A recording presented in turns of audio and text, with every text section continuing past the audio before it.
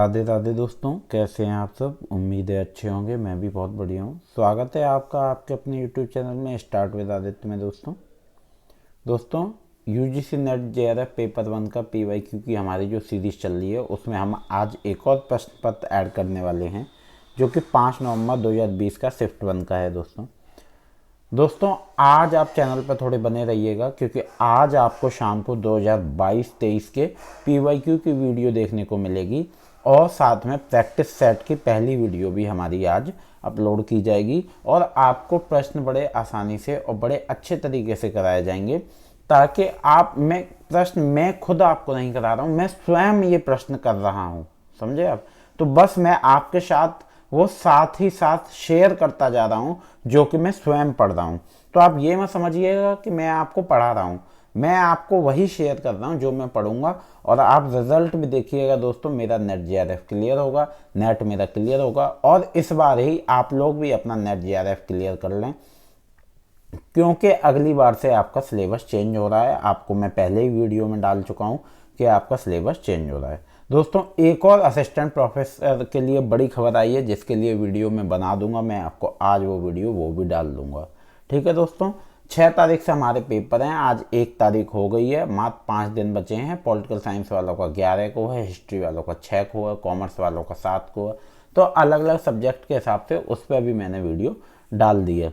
तो दोस्तों चलिए, अगर आपने चैनल को सब्सक्राइब नहीं किया है तो जल्दी से सब्सक्राइब कर लें दोस्तों, और वीडियो को लाइक और शेयर करते रहा करिए और कमेंट भी दोस्तों करते रहा करिए। चलिए पहला प्रश्न तालिका आपकी आ गई। 5 प्रश्न तालिका से आते हैं, 5 प्रश्न गद्यांश से आते हैं, 5 प्रश्न कंप्यूटर से आते हैं और आपके अभिकथन और तर्क वाले प्रश्न आते हैं और आपके नंबर सीरीज में से प्रश्न आते हैं। ये प्रश्न दोस्तों बड़े आसान प्रश्न होते हैं, इन्हें आप हमेशा सही कीजिए। सुमेलन मैचिंग में अगर आपको एक भी पॉइंट आता होगा चारों में से तो भी आपकी मैचिंग सही हो जाएगी, तो वो जरूर पढ़ें।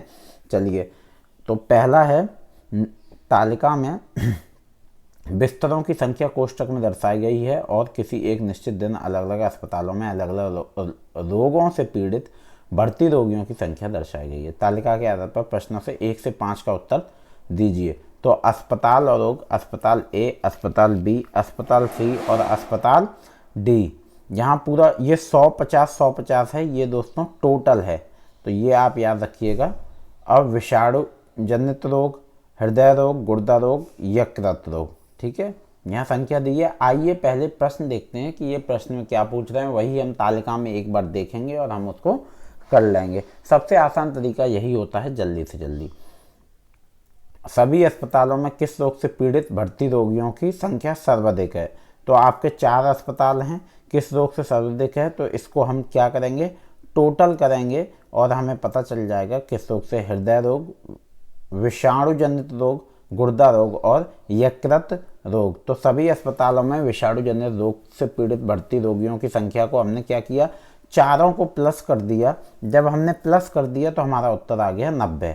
ऐसे ही हमने हृदय रोग के सभी अस्पतालों को प्लस कर दिया और तो हमारा जो सही उत्तर आया दोस्तों वो आपका आया है बी, विषाणु जनित रोग, क्योंकि विषाणु जनित रोग में 90 हैं टोटल, बाकी सब में 85, 40 और 35 हैं। चलिए अगले प्रश्न की ओर चलते हैं। अगला प्रश्न है, सभी अस्पतालों में कुल कितने प्रतिशत बिस्तर खाली हैं? तो 19.44%, 17.66%, 16.66% और 15.44%। तो यहाँ पे दोस्तों कैसे निकालेंगे, आंसर 16.66% है। निकालेंगे कैसे, अस्पताल में खाली बिस्तरों की संख्या, तो आपकी टोटल बिस्तर दिए हुए हैं कितने हैं, अब हमें खाली निकालने हैं। तो देखिए ए अस्पताल की हम बात कर रहे हैं, तो ए में हमने पूरा प्लस कर लिया। यहाँ देखिए 30, 35, 15, 10, चारों रोगों के ए अस्पताल में 100 हैं, प्लस कर लिया। ये प्लस होकर जितने आएंगे उसमें से हम 100 में से माइनस कर देंगे तो हमारा सही उत्तर आ जाएगा। तो 10 अस्पताल खाली हैं, यहाँ पे 15, तो ये जो है हमारा सही उत्तर आ गया। चलिए दोस्तों, हमारा जो सही उत्तर है हमने जो आया, उसके बाद हमें परसेंटेज और निकालनी पड़ेगी दोस्तों, माफ़ करिएगा। उसके बाद हम इसकी परसेंटेज निकाल देंगे, जो टोटल चारों अस्पताल में से जो टोटल हमें आया उसकी हम परसेंटेज निकाल देंगे। सभी अस्पतालों में यकृत रोग से पीड़ित भर्ती रोग कुल भर्ती रोगियों का कितने प्रतिशत है? 15%, 16%, 13% और 14%। तो डी जो है आपका दोस्तों वो सही उत्तर है, 14%। यकृत रोग से पीड़ित भर्ती रोगियों की कुल संख्या है, हम बस यहाँ टोटल करते जा रहे हैं, बहुत आसान है दोस्तों। तो आपके 35 आ गए और भर्ती रोगियों की कुल संख्या है 300 और खाली बिस्तरों की संख्या है 300 - 50 = 250। तो हमने यहाँ पे परसेंटेज निकाल दिया, कितना आंसर आ गया? 14%। विषाणु जनित रोगों से पीड़ित भर्ती रोगियों और गुर्दा रोग से पीड़ित भर्ती रोगियों का अनुपात क्या है? तो इसमें हमें क्या करना है, हमने यहाँ टोटल किया था, विषाणु ये रहे और गुर्दा वाले ये रहे। अब इनका रेशियो पूछ रहा है, 90 और 40 इनका टोटल हो गया। तो आपका 90-40 कितना हो गया दोस्तों? 9:4, 9:4 सही उत्तर हो गया। ठीक है दोस्तों, चलिए अस्पताल ए और अस्पताल बी में भर्ती कुल रोगियों का अनुपात क्या है? तो अस्पताल ए में 50 हैं और बी में अस्पताल ए में 100 है और बी में भर्ती का पूछ रहा है, टोटल नहीं पूछ रहा। तो इन सब का हम ए और बी का प्लस कर लेंगे। ए और बी का जब प्लस करेंगे तो हमारा उत्तर आएगा, देखिए हमने यहाँ कहीं किया होगा, आप ए और बी को प्लस करिए, 30, 35, 15, 10, 15, 10, 5, 5 और इनका फिर रेशियो निकाल दीजिए। तो सी उत्तर आपका सही है, सी है 18:7। देखिए इन्होंने ऐसे ही प्लस किया होगा, 90, 35, 18:7। चलिए दोस्तों अगले प्रश्न की ओर चलते हैं। दोस्तों हो सकता है मेरा उच्चारण सही ना हो, आप लोगों तक सही आवाज़ ना पहुँचे, क्योंकि एक तो जब मैं प्रश्न कराता हूँ तो समय का बहुत अभाव रहता है, क्योंकि मुझे भी स्वयं पढ़ना होता है। मेरे दिमाग में ये कहीं नहीं है कि मैं इस 50 प्रश्न के क्वेश्चन को, आपके पेपर को मैं 2 घंटे में कराऊं। मैं व्याख्या सहित इसको 30 से 35 मिनट में कराने की कोशिश करता हूं, ताकि आपके प्रश्न भी हो जाएं और आपका समय भी बच जाए। मेरे दिमाग में ये कहीं नहीं रहता कि आपका ज़्यादा से ज़्यादा समय लूँ। ठीक है दोस्तों, चलिए अवबोध स्तर शिक्षण में महत्वपूर्ण क्या है? तथ्यों और विचारों के बीच संबंध के देखने के दायरे का संवर्धन, तथ्यों और सूचना के स्मरण और अभिज्ञान को प्रोत्साहित करना, समस्याओं का पता लगाना और इस प्रकार प्रस्तुत समस्याओं के समाधानों की खोज, अधिगम के आनंद और उससे जुड़े रहने की भावना का विकास। तो ए जो है वो आपका सही उत्तर है दोस्तों, तथ्य और विचारों के बीच संबंध के देखने के दायरे का संवर्धन। यहाँ पे दोस्तों इसकी व्याख्या भी दी है, अवबोध स्तर शिक्षण तथ्यों और विचारों के बीच संबंध को देखने के दायरे का संवर्धन है।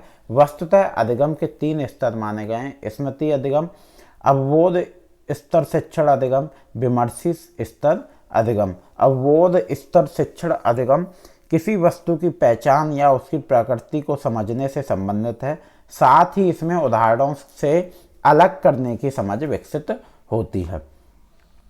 किशोर अधिगम में निम्नलिखित में से कौन सी भावनात्मक विशेषताएं निर्णायक महत्व की हैं?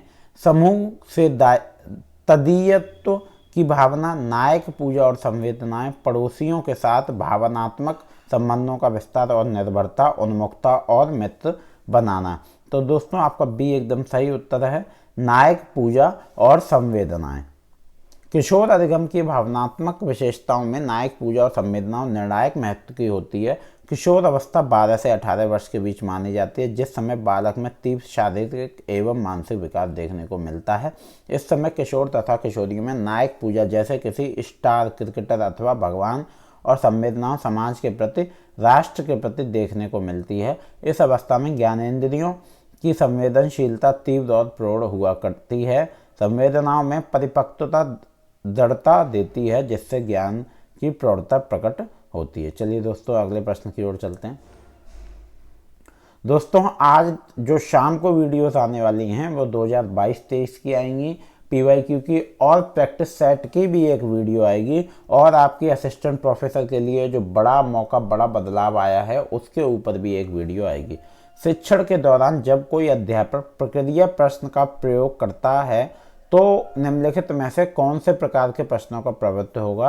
प्रत्यक्ष प्रश्न, उच्चतर क्रम के प्रश्न, अभिसारी प्रश्न, अप्रत्यक्ष प्रश्न, संकल्पना आधारित प्रश्न। नीचे दिए गए विकल्पों में से सही उत्तर चुनें। तो दोस्तों जो सही उत्तर है वो है आपका बी, डी और ई, उच्चतर क्रम के प्रश्न, अप्रत्यक्ष प्रश्न और संकल्पना आधारित प्रश्न। चलिए दोस्तों, शिक्षण के दौरान जब कोई अध्यापक प्रक्रिया प्रश्न का प्रयोग करता है तो उच्चतर, अप्रत्यक्ष तथा संकल्पना आधारित प्रश्नों का प्रवृत्ति देखने को मिलता है। नीचे दो कथन दिए गए हैं, कथन 1 कथन 2, इनके ऑप्शन दोस्तों हमेशा सेम रहते हैं। तो अनुशिक्षण समूह परिचर्चा और प्रश्न उत्तर संवादात्मक है और प्रत्यक्ष शिक्षण विधि के अंग हैं। कथन 2 परियोजना कार्य प्रयोगशाला कार्य अनुरूपण और भूमिका निर्वहन क्रिया आधारित है और अप्रत्यक्ष शिक्षा विधि के अंग हैं। उपयुक्त कथनों के आलोक में निम्नांकित विकल्पों में से सर्वाधिक उपयुक्त उत्तर चुनें। तो कथन 1 और 2 दोनों सही हैं, कथन 1 और 2 दोनों गलत हैं, कथन 1 सही है 2 गलत है, कथन 2 से 1 सही नहीं है किंतु 2 सही है। तो दोस्तों ये दोनों कथन सही हैं, ये एक दूसरे को बिल्कुल ही सही व्याख्यात कर रहे हैं। कथन 1 सही है क्योंकि अनुशिक्षण समूह चर्चा और प्रश्नोत्तर सत्य संवादात्मक है और प्रत्यक्ष शिक्षण विधि के अंग हैं। चलिए दोस्तों अगले प्रश्न की ओर चलते हैं। और कथन 2 भी सही है क्योंकि परियोजना कार्य प्रयोगशाला कार्य अनुरूपण सिमुलेशन और भूमिका निर्वहन क्रिया आधारित है और यह अप्रत्यक्ष शिक्षण विधि के अंग हैं। चलिए दोस्तों नीचे दो कथन दिए गए हैं, कथन 1 कथन 2 अधिकतम निष्पादन परीक्षण परीक्षार्थियों के ज्ञान और योग्यताओं की उच्चतम सीमाओं का आकलन के लिए अभिकल्पित होता है। कथन 2 विशिष्ट उत्तर परीक्षण परीक्षार्थियों के व्यवहार और विशेषताओं के मापन के लिए अभिकल्पित होता है। उपयुक्त कथन। तो दोस्तों इसका जो सही उत्तर है कथन 1 और कथन 2 दोनों सही हैं। कथन 1 सही है जहां कहा गया है कि अधिकतम निष्पादन परीक्षण मैक्सिमम परफॉर्मेंस टेस्ट परीक्षार्थियों के ज्ञान और योग्यता की उच्चतम सीमाओं का आकलन करने के लिए अभिकल्पित होता है। इस परीक्षण में विद्यार्थियों के एक साथ कई अंतर्निहित दक्षताओं का मापन किया जाता है जो कि समय तथा लागत को सीमित करने के साथ शिक्षक का मार्गदर्शन करता है। विशिष्ट उत्तर परीक्षण टिपिकल रेस्पॉन्स टेस्ट। ठीक है दोस्तों चलिए इंद्रियात्मक शोध में निम्नलिखित में से कौन सी विधि का प्रयोग होता है? आगमनात्मक विधि, निगमनात्मक विधि, अंतप्रज्ञात्मक विधि और वैज्ञानिक विधि। तो दोस्तों इसका जो सही उत्तर है वो है वैज्ञानिक विधि। माफ करिएगा दोस्तों। इंद्रियात्मक शोध एम्पेरिकल रिसर्च में वैज्ञानिक विधि साइंटिफिक मेथड का प्रयोग होता है। जब आश्रित चर पर प्रभाव प्रेक्षित करने हेतु निराश्रित चर में जोड़ तोड़ करने की बजाय उसे चुना जाता है तो शोध की इस विधि को कहा जाता है कार्य उत्तर विधि कहा जाता है दोस्तों। तो ये आपका सही उत्तर हो गया। जब आश्रित चर पर प्रभाव प्रेक्षित करने हेतु निराश्रित चर में जोड़ तोड़ करने की बजाय उसे चुना जाता है तो शोध की इस विधि को कार्योत्तर विधि एक्स पोस्ट फैक्टो मेथड कहते हैं। कार्योत्तर घटनोत्तर अनुसंधान के अंतर्गत स्वतंत्र तथा आश्रित चरों के मध्य कार्य कारण संबंध स्थापित किया जाता है, अतः इसे भी प्रयोगात्मक अनुसंधान की श्रेणी में रखा जाता है। निम्नलिखित में से गुणात्मक शोध विशेषताओं की पहचान कीजिए। किसी समस्या को चुनना और केंद्रीय परिघटना का विस्तृत अवबोध विकसित करना, साहित्य समीक्षा का एक सूक्ष्म भूमिका निभाना परंतु समस्या को तर्क संगत बताना, प्रवृत्तियों के विवरण के माध्यम से किसी शोध समस्या का वर्णन, पूर्व निर्धारित प्रश्नों वाले साधनों का प्रयोग कर बड़ी संख्या में लोगों को संख्यात्मक आंकड़े एकत्रित करना, कम संख्या में व्यक्तियों से शब्दों पर आधारित आंकड़े एकत्रित करना। तो नीचे दिए गए सही उत्तर हैं दोस्तों बी, केवल ए, बी और ई। ठीक है दोस्तों। ए है आपका किसी समस्या को चुनना और केंद्रीय परिघटना का विस्तृत अवबोध विकसित करना। आपका बी है साहित्य समीक्षा का एक सूक्ष्म भूमिका निभाना परंतु समस्या को तर्क संगत बताना। और ई है आपका कम संख्या में व्यक्तियों के शब्दों पर आधारित आंकड़े एकत्रित करना। ठीक है दोस्तों। निम्नलिखित में से प्रायिकता प्रतिचयन प्रक्रियाओं की पहचान कीजिए। अनुपातिक प्रतिचयन, स्त्रीकृत प्रतिचयन, आयामी प्रतिचयन, समूह प्रतिचयन और व्यवस्थित प्रतिचयन। तो नीचे दिए गए विकल्पों में से सही उत्तर चुनिए दोस्तों। सही उत्तर है आपका सी, केवल बी, डी और ई। आइए जानते हैं क्या है बी और डी। स्त्रीकृत प्रतिचयन, समूह प्रतिचयन और व्यवस्थित प्रतिचयन।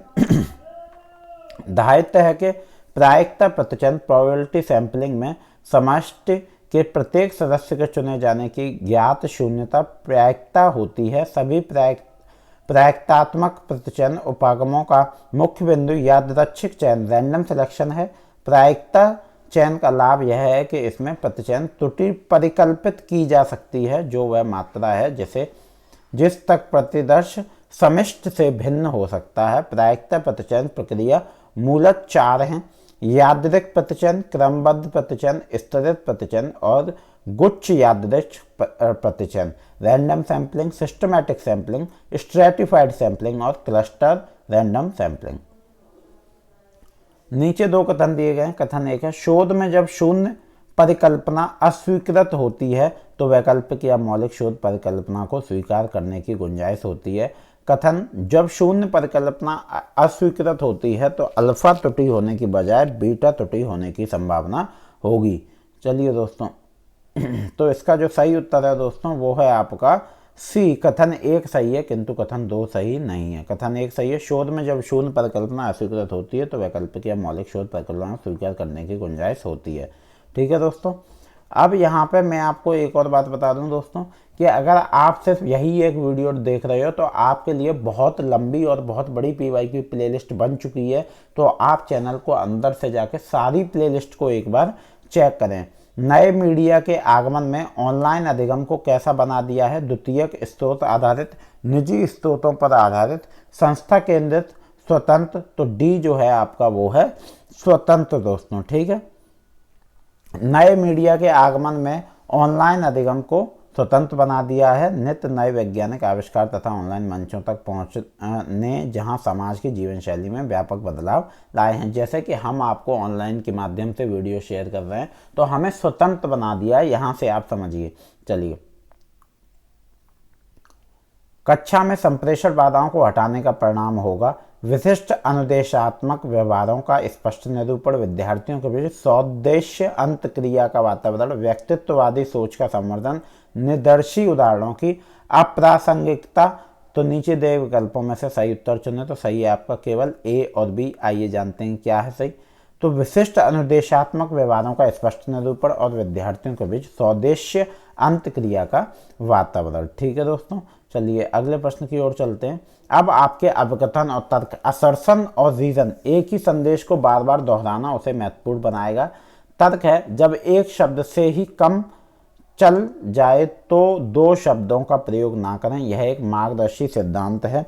उपयुक्त कथनों के आलोक में निम्नांकित विकल्पों में से सर्वाधिक उपयुक्त उत्तर का चयन करें। तो ए और आर दोनों सही हैं। आर ए की सही व्याख्या है। ए और आर दोनों सही हैं परंतु आर ए की सही व्याख्या नहीं है। इनके ऑप्शन भी दोस्तों हमेशा समान रहते हैं। ए सही है परंतु आर सही नहीं है, ए सही नहीं है परंतु आर सही है। तो डी सही उत्तर है दोस्तों। ए सही नहीं है परंतु आर सही है। ए असत्य है, एक ही संदेश को बार बार दोहराना उसे महत्वपूर्ण बनाएगा। वस्तुतः एक ही संदेश को बार बार दोहराना उसे महत्वपूर्ण नहीं बनाता है। चलिए दोस्तों, संप्रेषण के चरण के सही क्रम की पहचान करें। शाही रोज गमछा, गुफाचित्र, मुद्रण के लिए कास्ट ब्लॉक्स, भाषाओं का विकास, धातु मुद्रण। तो नीचे दिए गए विकल्पों में से सही उत्तर को चुनें। तो दोस्तों बी आपका सही उत्तर है। BDCAE, गुफाचित्र, भाषाओं का विकास, मुद्रण के लिए कास्ट ब्लॉक, शाही रोज गमछा और धातु मुद्रण। दोस्तों आपको एक और बात बता दूं, ये प्रश्न मैं आपके पहले भी 3 बार 3 PYQ की क्लास में करा चुका हूं। मैंने आपको पहले ही कहा है कि जो प्रश्न है आपके वो PYQ से लगभग 50% आपका पेपर आएगा। तो थोड़ा ध्यान से इसको पढ़िएगा, बड़े आराम से, और वीडियो को दोस्तों एंड तक देखें, पूरी अंत तक देखें। तो संप्रेषण विकास का सही क्रम जो मैंने आपको बता दिया। चलिए अब यहाँ से आपकी मैचिंग आ गई, सुमेलन आ गया। संप्रेषण विधि और संप्रेषण के प्रकार, एक और एक के बीच, एक और कई के बीच, कई और कई के बीच, एक और किसी के बीच नहीं, नेटवर्क, अंतरा, अंतर, जनसंचार, विशेषकार, मुद्रण। चलिए यहाँ से हम पढ़ते हैं। यहाँ पे उपयुक्त सूचियों का सही सुमेलन देखिए। एक और एक के बीच अंतर वैयक्तिक, एक और कई के बीच जनसंचार, विशेषकर, मुद्रण, कई और कई के बीच नेटवर्क, समव्यवहारात्मक, और एक और किसी एक के बीच अंतरा वैयक्तिक। ठीक है दोस्तों, ये आपका यहाँ पे समझ आ गया आपको। अब यहाँ से आपका कैलकुलेशन दोस्तों स्टार्ट हो गया। यदि विक्रय मूल्य पर लाभ 25% है तो वास्तविक लाभ क्या होगा? 33.33%, 30.33% और 25% और 20%। तो ए है आपका 33.33%। आइए यहाँ तो हमने देख लिया कि ऑप्शन ए है, लेकिन बिना कैलकुलेशन करे आप इसे सॉल्व नहीं कर पाओगे, है ना। तो पहले तो आप ये जानो विक्रय मूल्य क्या होता है ना, और लाभ क्या होता है। अब आइए हम देखते हैं कि कैसे हम इसे सॉल्व करेंगे। देखिए 25% इक्वल टू +1/4, 3 क्रय मूल्य और 4 विक्रय मूल्य हो गया, है ना। तो क्रय मूल्य हमारा 3 है, विक्रय मूल्य है 4। अभिष्ट लाभ 4 - 3/3 इंटू 100 इक्वल टू 1/3 इंटू 100, तो आपका हो गया 33.33%। चलो 4 की पावर 5 को 15 से विभाजित करने पर शेषफल क्या होगा। 4 की पावर 5 को अगर आप सॉल्व करके चाहें दोस्तों, पावर को चाहें, तो आप इसको सॉल्व करके सिंपल फॉर्म में भी लिख सकते हो। आपको नहीं समझ आ रहा तो इसको सिंपल फॉर्म में लिख लीजिए। चलिए ये देखिए 4 की power 5/15, 4 square whole bracket square 4 और यहाँ पे 16 का स्क्वायर हो गया आपका 4, तो 15 + 1/15 इंटू 4, तो 1 इंटू 4 इक्वल टू 4। अतः अभिष्ट शेषफल 4 हो गया। ठीक है दोस्तों, निम्नांकित में प्रश्नवाचक चिन्ह के स्थान पर कौन सी संख्या आएगी। देखिए यहाँ पे जो बीच में जो प्रश्नवाचक चिन्ह दिया 4, -8, -16, यहाँ पे दोस्तों -32 आएगी, क्योंकि वो जितना लिख रहे हैं फिर उसका जितना डबल है उसको माइनस में लिख रहे हैं। यहाँ पे देखिए 64 को माइनस में 128 लिख दिया है, तो यहाँ -32 आएगी। देखते हैं, देखिए हाँ -32। नीचे 2 कथन दिए गए हैं। ये देखिए दोस्तों, नंबर सीरीज में क्या होता है, आपको रैंडमली जो आपके दिमाग में आ रहा है उसमें सही फिट बैठ रहा है वो बस आपको लगाना होता है, तो आपका सही उत्तर आ जाएगा। इसको सिर्फ आप प्रैक्टिस से कर सकते हो। तो आप सारी PYQ की प्लेलिस्ट देखिए। कभी भी अनुपात की इकाइयाँ होती हैं, जब 2 अनुपात बराबर होते हैं तो एक समानुपात का निर्माण होता है। तो दोस्तों इसका जो सही उत्तर है कथन 1 असत्य, कथन 2 सत्य। दिए गए कथनों में से केवल कथन 2 सही है, क्योंकि जब 2 अनुपात बराबर होते हैं तो एक समानुपात का निर्माण होता है, जबकि कथन 1 कभी कभी अनुपात की इकाइयाँ होती हैं गलत है। चलिए दोस्तों अगले प्रश्न की ओर चलते हैं। सह अभाज्य संख्या वे हैं जिनका उभयनिष्ठ गुणानखंड मात्र 1 होता है। कथन 2, गुणानखंड करने की प्रक्रिया में किसी संख्या को अन्य संख्याओं में वियोजित किया जाता है, जिन्हें 1 जोड़ने पर मूल संख्या प्राप्त होती है। उपयुक्त कथनों के आलोक में निम्नांकित विकल्पों में से सर्वाधिक उपयुक्त उत्तर चुनें। तो दोस्तों आपका सर्वाधिक उपयुक्त उत्तर है कथन 1 सत्य, किंतु कथन 2 गलत है। आइए हम जानते हैं कि क्यों है ऐसा। कथन 1 सह अभाज्य संख्या है वे हैं जिनका उभयनिष्ठ गुणनखंड मात्र 1 होता है, सही है। जबकि कथन 2 गुणनखंड करने की प्रक्रिया में किसी संख्या को अन्य संख्याओं में वियोजित किया जाता है, 1 जोड़ने पर मूल संख्या प्राप्त होती है, गलत है। नीचे दिए गए संबंध की दृष्टि से प्रश्नवाचक चिन्ह के स्थान पर कौन सा शब्द रखने से सही युग्म बनेगा। ज्यादा बुरा, बुरा, मोहित। तो आपका श्रद्धा, शौक, घृणा और अरुचि। तो दोस्तों बी आपका बनेगा शौक। जिस प्रकार ज्यादा बुरा का संबंध बुरा से है, उसी प्रकार मोहित होने का संबंध शौक से है। नीचे एक प्रतिज्ञप्ति दी गई है, आज मौसम बहुत ठंडा है। न्याय के अनुसार इसका विवरण देने हो तो निम्नलिखित में से कौन सा सही विकल्प है। सामान्य लक्षण, योगज, ज्ञान लक्षण और सन्निकर्ष। तो नीचे दिए गए विकल्पों में से सही उत्तर है दोस्तों आपका उत्तर सी है आपका ज्ञान लक्षण। आज मौसम बहुत ठंडा है, न्याय दर्शन के अनुसार इस प्रतिज्ञप्ति का विवरण ज्ञान लक्षण देने में सक्षम है। तदत विषय का ज्ञान ही तदत विषय के साथ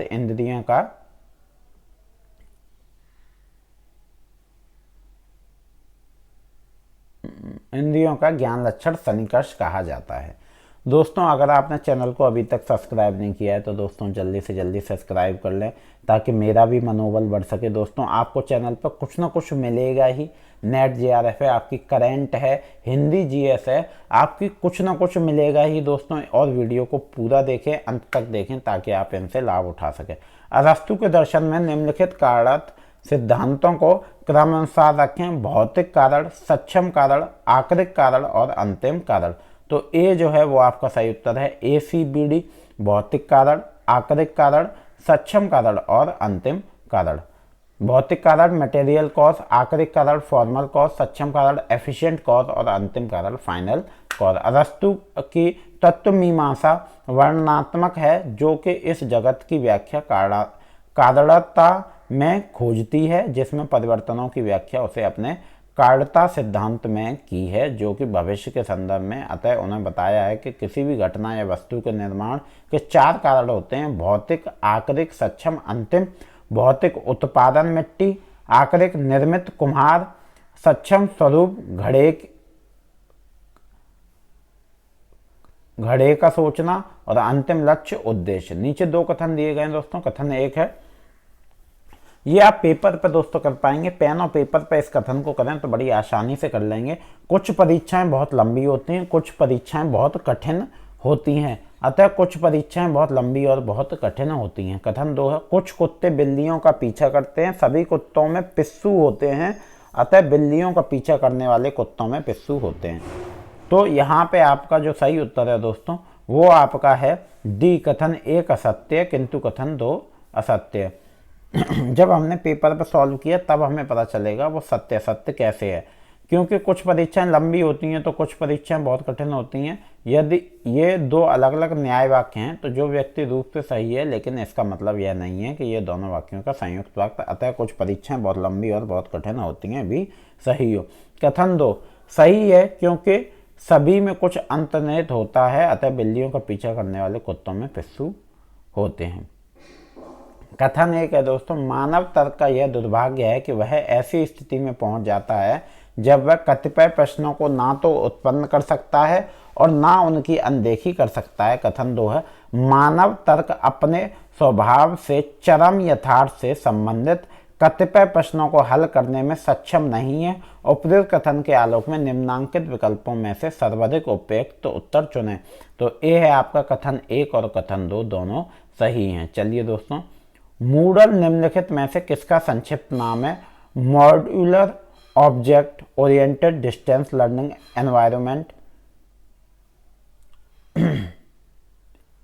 modular object oriented dynamic learning environment, modular object oriented distance legislative environment और modular object oriented distance legal environment. तो दोस्तों ये जो सही उत्तर है वो आपका modular object oriented dynamic learning environment.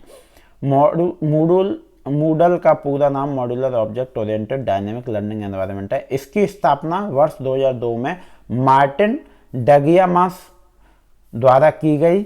इसका उद्देश्य शिक्षकों और प्रशासकों एवं शिक्षार्थियों हेतु एक खुला एवं सुरक्षित प्लेटफॉर्म उपलब्ध कराना है। कॉमर्शियल की अतिरिक्त ब्राउज़र विंडो जो वेब पेज ब्राउजिंग करते समय स्वतः खुलती है क्या कहलाती है? स्पैम, वायरस, फिशिंग और पॉपअप। तो दोस्तों वो कहलाती है पॉपअप। ये सब तो दोस्तों आपको पता होगा, कंप्यूटर का बहुत आसान प्रश्न है। चलिए, कथन 1 है, world wide web client server technology का उदाहरण नहीं है। कथन 2, FTP इंटरनेट पर उपलब्ध एक सेवा है। उपयुक्त कथन के आलोक में निम्नांकित विकल्पों में से सर्वाधिक उपयुक्त उत्तर चुनें। तो दोस्तों डी है आपका कथन 1 असत्य किंतु कथन 2 सही है। World wide web server technology का उदाहरण है। इसमें प्रयोगकर्ता की कंप्यूटिंग डिवाइस क्लाइंट कहलाती है जो कि एक प्रोग्राम वेब ब्राउज़र रन करते हुए किसी अन्य कंप्यूटर सर्वर के से अपने लिए जरूरी इंफॉर्मेशन प्राप्त करती है। अतः कथन 1 गलत है। निम्नलिखित में से कौन सा से कथन सही है? Fibre optics cable wooden fibres उच्च गुणवत्ता का प्रेषण उपलब्ध कराने के लिए। वायरलेस कम्युनिकेशन कंप्यूटर और टेलीफोन दोनों को किसी भी समय और किसी भी स्थान पर कनेक्शन कराता है। मोबाइल फ़ोन वॉइस कम्युनिकेशन और डिजिटल मैसेजिंग सर्विस दोनों की सुविधा प्रदान करने में सक्षम है। नीचे दिए गए विकल्पों का सही उत्तर चुनें। बी जो है वो आपका दोस्तों सही उत्तर है। केवल बी और सी आइए जानते हैं। वायरलेस कम्युनिकेशन किसी बिना कनेक्शन मीडियम, उदाहरण तार व केबल आदि के बिंदु के दूसरे बिंदु तक सूचना संचार का माध्यम है। अतः कथन बी सही है। मोबाइल फ़ोन वायरलेस कम्युनिकेशन और डिजिटल मैसेजिंग सर्विस आदि के साथ ही इंटरनेट ब्राउजिंग, वीडियो कॉन्फ्रेंसिंग एवं इंस्टेंट मैसेजिंग जैसी सेवाएं भी उपलब्ध कराने में सक्षम है। अतः कथन सी भी सही है। निम्नलिखित प्रौद्योगिकी विधाओं पर विचार करें। माइक्रो प्रोसेसर, ट्रांजिस्टर, निर्वात ट्यूब और कृत्रिम बुद्धिमत्ता। तो ये दोस्तों विभिन्न कंप्यूटर पीढ़ियों में प्रयोग की गई उपयुक्त प्रौद्योगिकी विधाओं को पहली पीढ़ी से शुरू करते हुए क्रम में लिखें, जो सबसे पहले आया था। तो बी आपका सही उत्तर CBAD। आइए, प्रथम पीढ़ी वैक्यूम ट्यूब, द्वितीय पीढ़ी ट्रांजिस्टर, तृतीय पीढ़ी इंटीग्रेटेड सर्किट और आपकी यहाँ पे जो है चतुर्थ पीढ़ी माइक्रो प्रोसेसर और पंचम पीढ़ी कृत्रिम बुद्धिमत्ता। तो यहाँ पे एक नहीं है, वो भी मैंने आपको इसमें बता दिया। अब आप दोस्तों इसको ध्यान में रखिएगा ताकि दोबारा ऐसा प्रश्न बताए। हाँ दोस्तों, अब देखिए इस प्रश्न को देखिए, आपका मॉन्ट्रियल पेरिस क्योटो प्रोटोकॉल से प्रश्न जरूर आता है। ये अब तक जो मैंने 15 आपके 17 PYQ की क्लास कराई हैं, पूरी 17 PYQ की क्लास में हर एक क्लास में है ये प्रश्न। और मैं ये भी कह रहा हूँ कि आगे अभी जो और आपको इतनी ही 17-18 PYQ की क्लास कराऊंगा, उन सब में भी ये प्रश्न आपको देखने को मिलेगा। पर्यावरण मुद्दों से संबंधित एकमात्र संयुक्त राष्ट्र समझौता कौन सा है जिसका संयुक्त राष्ट्र से सभी 197 सदस्य राष्ट्रों द्वारा अनुसमर्थन किया गया है? मॉन्ट्रियल प्रोटोकॉल, पेरिस समझौता, क्योटो प्रोटोकॉल और बेसल कन्वेंशन। तो दोस्तों ये है मॉन्ट्रियल प्रोटोकॉल। मॉन्ट्रियल प्रोटोकॉल 16 सितंबर 1987 को अपनाई गई अंतर्राष्ट्रीय संधि है। इसका उद्देश्य पृथ्वी की ओजोन सतह को हानि पहुंचाने वाले रासायनिक पदार्थों के प्रयोग व एवं उत्पादन को नियंत्रित करना है। इसका संयुक्त राष्ट्र के सभी सदस्यों के साथ ही न्यू कुक आइलैंड, हॉली सी एवं यूरोपीय यूनियन द्वारा भी अनुसमर्थन किया गया है। दोस्तों यहाँ मैंने आपको मॉन्ट्रियल प्रोटोकॉल बताया है, आपको मुझे कमेंट में बताना है कि पेरिस समझौता किस लिए किया गया था, कब किया गया था, और क्योटो प्रोटोकॉल के बारे में बताना है। दोस्तों कमेंट जरूर करिएगा। वर्तमान में पवन ऊर्जा आधारित विद्युत उत्पादन के मामले में निम्नलिखित में से कौन सा अग्रणी देश है? भारत, चीन, फ्रांस और डेनमार्क। तो दोस्तों चीन है, ये बहुत आसान प्रश्न है। वर्तमान में पवन ऊर्जा आधारित विद्युत उत्पादन में चीन प्रथम स्थान पर है। इसके पास लगभग 221 गीगावाट की स्थापित पवन ऊर्जा क्षमता है, जो कि विश्व क्षमता का लगभग 1/3 है। ठीक है दोस्तों। सोलर वाटर स्टिल एक उपकरण है जिसका उपयोग निम्नलिखित में से किसके लिए किया जाता है? सौर ऊर्जा के उपयोग द्वारा पेयजल का उत्पादन करने के लिए, सौर ऊर्जा के उपयोग द्वारा जल को पंप करने के लिए, सौर ऊर्जा के उपयोग द्वारा विद्युत उत्पादन करने के लिए और सौर ऊर्जा के उपयोग द्वारा ऊष्मा उत्पन्न करने के लिए। तो ए जो है वो आपका सही उत्तर है, सौर ऊर्जा के उपयोग द्वारा पेयजल का उत्पादन करने के लिए। ठीक है दोस्तों। चलिए अगले प्रश्न की ओर चलते हैं। अगला प्रश्न है, सोलर वाटर स्टील और सौर ऊर्जा के उपयोग द्वारा गंदे जल के साफ कर पेय योग्य बनाने में सहायक उपकरण है। इसमें गंदा जल और सौर ऊर्जा से वाष्पित हो जाता है, जिसे एक संचयन पात्र में इकट्ठा कर लेते हैं। इस वाष्प के संघनन से ही शुद्ध पेयजल प्राप्त होता है। ऐसे क्षेत्र जहां विद्युत की उपलब्धता ना हो तथा संसाधनों की कमी हो, वहां सोलर वाटर स्टील शुद्ध पेयजल उपलब्ध कराने हेतु महत्वपूर्ण सिद्ध हो सकता है। निम्नलिखित में से प्राथमिक वायु प्रदूषक की पहचान करें। Ozone, black carbon aerosols, sulphate aerosols, पर ऑक्सी एसिटाइल्स नाइट्रेट, PAN। तो बी आपका सही उत्तर है दोस्तों, ब्लैक कार्बन एरोसोल्स। प्राथमिक वायु प्रदूषक ऐसे प्रदूषक पदार्थ हैं जो सीधे सोर्स से उत्सर्जित होते हैं और आदर्श CO2, नाइट्रोजन के ऑक्साइड, सल्फर के ऑक्साइड्स आदि ब्लैक कार्बन एरोसोल्स भी इन्हें का हिस्सा है। यह बायोमास, जीवाश्म ईंधन एवं जैव ईंधन के दहन से उत्सर्जित होता है। अन्य दिए गए विकल्प द्वितीय प्रदूषक के उदाहरण हैं। नीचे दिए गए कथन को पढ़िए। भारत की प्रमुख नदियों के लंबे खंडों में जैव रासायनिक ऑक्सीजन मांग, बायोकेमिकल ऑक्सीजन डिमांड का मान बहुत कम होता है। कथन 2, नदियों के उग्र और तेज प्रवाह के कारण वायु के विसरण से उनके जल में ऑक्सीजन मिल जाता है। तो दोस्तों इसका जो सही उत्तर है वो है आपका डी। कथन 1 सही नहीं है किंतु कथन 2 सही है। चलिए दोस्तों अगले प्रश्न की ओर चलते हैं। अगला प्रश्न है हमारा, वैदिक परंपरा के अनुसार परविधा का अर्थ है मानव अनुभव पर आधारित ज्ञान, मानव अनुभव से परे ज्ञान, शिक्षकों से अर्जित ज्ञान और ग्रंथों से अर्जित ज्ञान। तो बी जो है आपका दोस्तों वो सही उत्तर है, मानव अनुभव से परे ज्ञान। बी आपका एकदम सही उत्तर है, मानव अनुभव से परे ज्ञान। पदविदा हिंदू दर्शन में उच्च या आध्यात्मिक ज्ञान को संदर्भित करता है। यह शब्द संस्कृत भाषा से आया है, जिसमें परा का अर्थ है उच्चतम बिंदु और विद्या का अर्थ है ज्ञान या सीखना।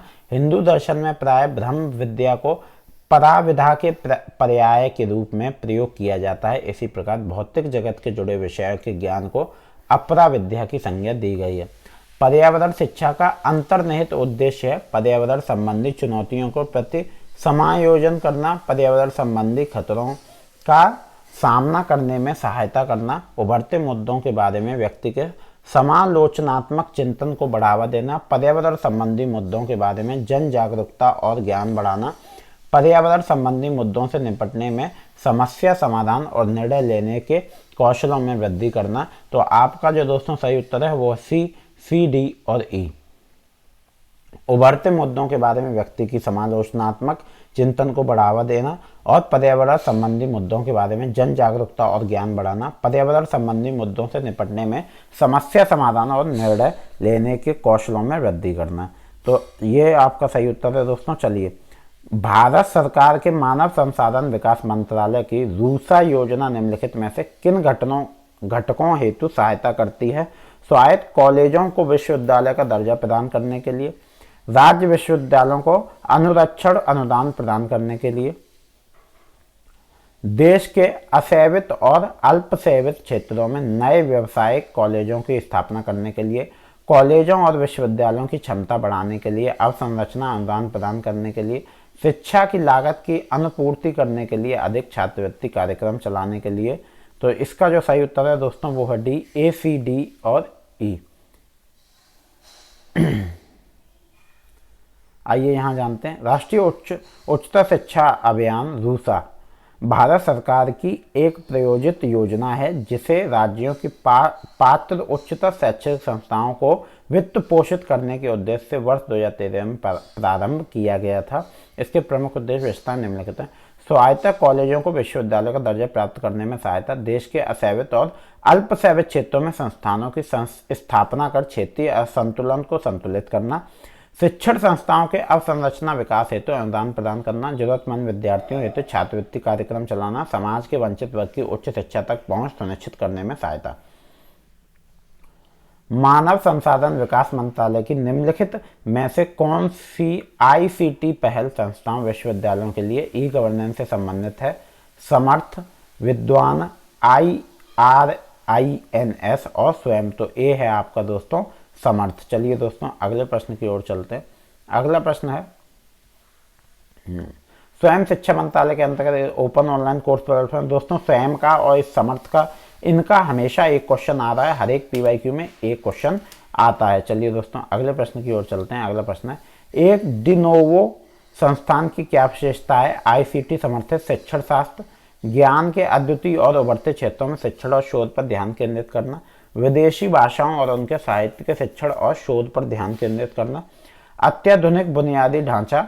बी, ज्ञान के अद्वितीय और उभरते क्षेत्रों में शिक्षण और शोध पर ध्यान केंद्रित करना। चलिए दोस्तों विश्वविद्यालय अनुदान आयोग के अनुसार डिनोवो संस्था एक ऐसी शिक्षण संस्था है जो ज्ञान और अद्वितीय और उभरते क्षेत्रों में शिक्षण व शोध पर ध्यान केंद्रित करती है।